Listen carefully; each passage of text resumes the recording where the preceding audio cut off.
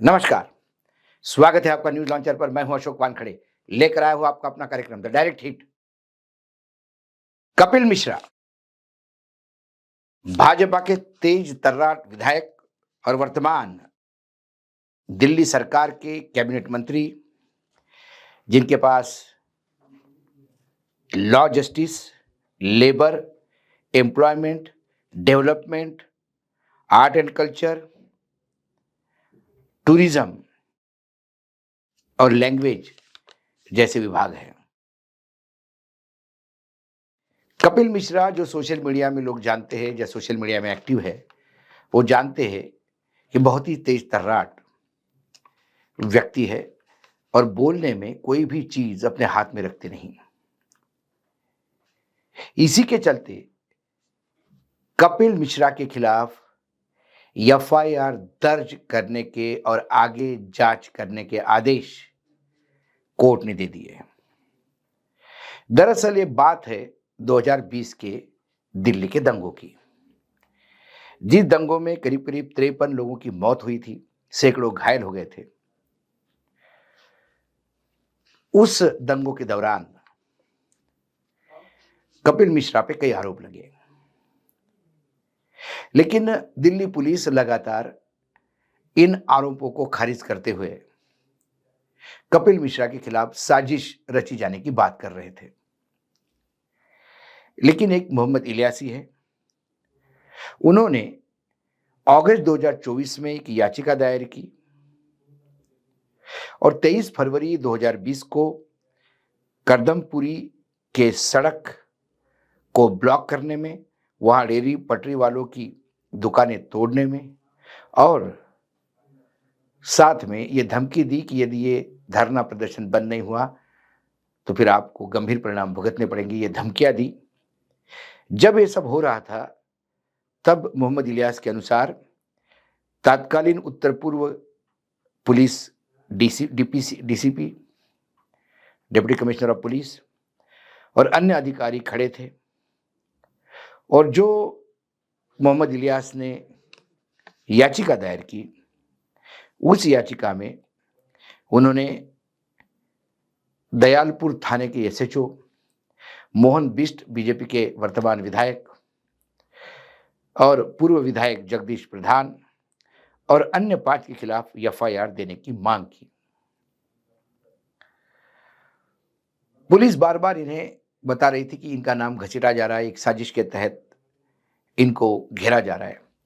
लेकिन फिर राउज एवेन्यू के जो कोर्ट है, उस कोर्ट ने इन्हें, मतलब अतिरिक्त मुख्य न्यायाधीश मैजिस्ट्रेट वैभव चौरसिया है, उन्होंने इस बात को कहा कि जो साक्ष्य और जो चीजें, जो डॉक्यूमेंट, जो वीडियोस इलियासी ने कोर्ट के सामने दिए, उससे इतना तो मामला बनता है कि इन लोगों के खिलाफ एफआईआर दर्ज हो और आगे दंगों के लिए इनकी जांच हो।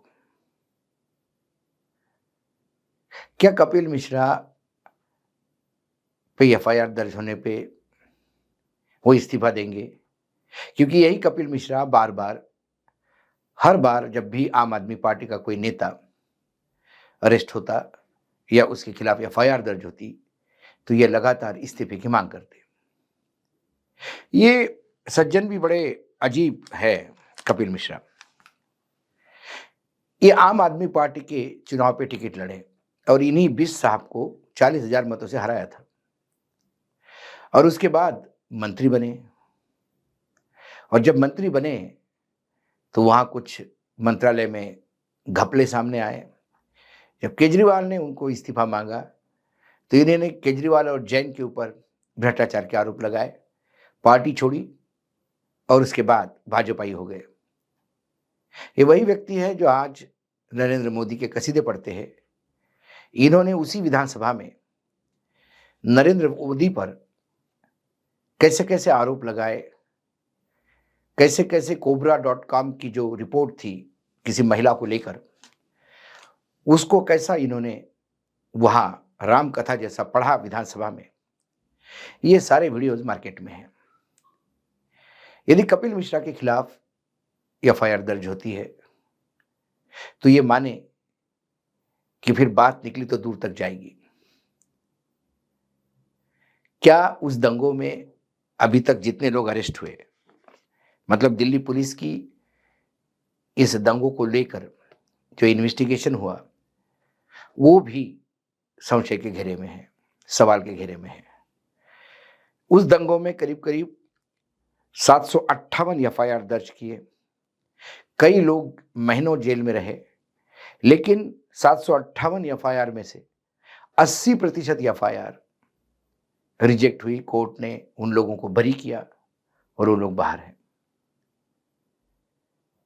इस प्रोसेस में सालों लग जाते हैं। जो बरी हुए वो घर गए, वो अपने किस्मत में कोस रहे थे कि वो एक धर्म विशेष से है, इसलिए उन्हें जेल के सलाखों के पीछे जाना पड़ा, क्योंकि कोर्ट ने ही कहा कि वो निर्दोष हैं। जो दोषी थे वो कहाँ हैं, इसको किसको पता नहीं।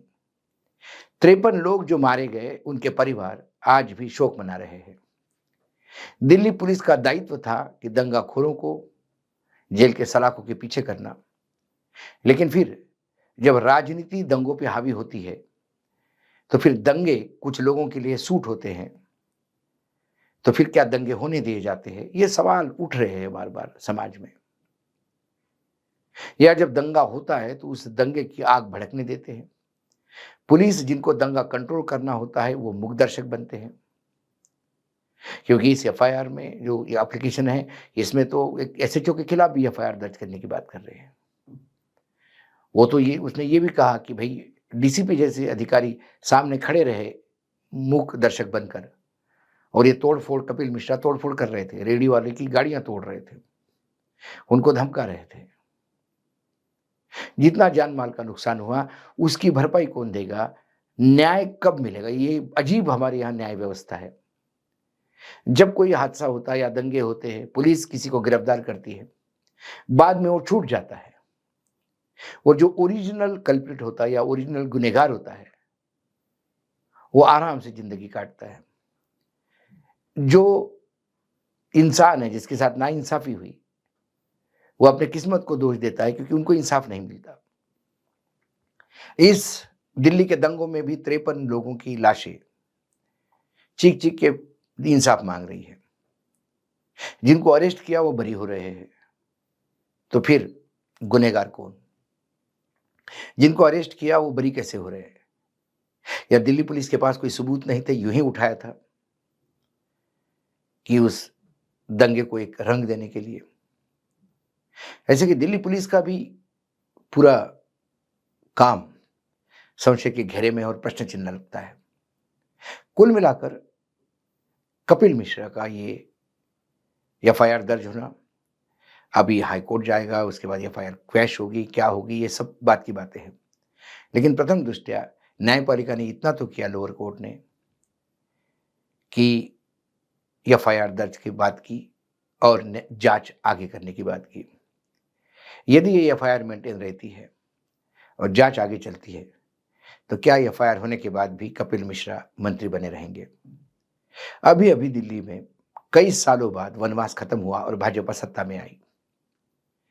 रेखा गुप्ता जी के मंत्रिमंडल में क्या मंत्रिमंडल बनने के चंद महीने बाद ही पहला विकेट गिरेगा? लेकिन ऐसा लगता भी नहीं, क्योंकि फिर उतने मोरल हाई होने होते हैं, नैतिकता के पैमाने बहुत ऊंचे होने होते हैं। इस्तीफा देने के लिए और इस्तीफा लेने के लिए नैतिकता का बल चाहिए।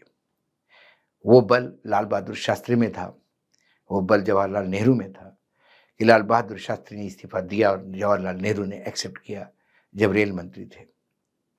अब तो हमारे यहाँ रोज रेल के हादसे होते हैं और रेल मंत्री रील बनाते हैं। आरोप लग रहा है, ये बार बार रेल मंत्री को रील मंत्री बोला जा रहा है। तो क्या अब 2014 के बाद राजनीति में नैतिकता की जगह है या नहीं है, या सिर्फ बार बार नैतिकता ये विपक्ष के लिए ही होगी?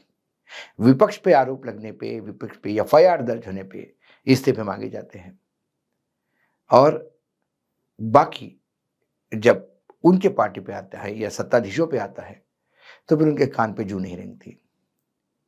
कपिल मिश्रा जो बड़बोले भी हैं और हर जगह पे बहुत बिलो द बेल्ट बोलते हैं। उनके सोशल मीडिया के ट्वीट देखिए, उनके बाकी चीज़ देखिए। वो आज मंत्री है और देखिए क्या मतलब वो जेल मंत्री है। लॉ एंड जस्टिस उनके पास है।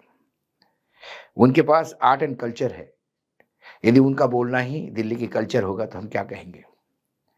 उनके पास लैंग्वेज है। क्या वो अपनी भाषा पे नियंत्रण रखते हैं? उनके पास पर्यटन भी है। क्या वो जेल पर्यटन पे जाएँगे? ऐसे कई सवाल सोशल मीडिया पे लोग हँसी-मज़ाक में पूछ रहे हैं। लेकिन एक बात तो है, इस जज साहब ने जो अतिरिक्त मुख्य न्यायाधीश है, उन्होंने कम से कम आज थोड़ी न्याय की बात करके डायरेक्ट हिट किया है और हिट हुए हैं और कोई नहीं, Kapil Mishra, the poster boy of BJP और हार्ड हिंदुत्व इन दिल्ली। आज इतना ही, कल फिर आता हूँ किसी विषय के साथ, तब तक के लिए नमस्कार, देखते रहिएगा न्यूज़ लॉन्चर।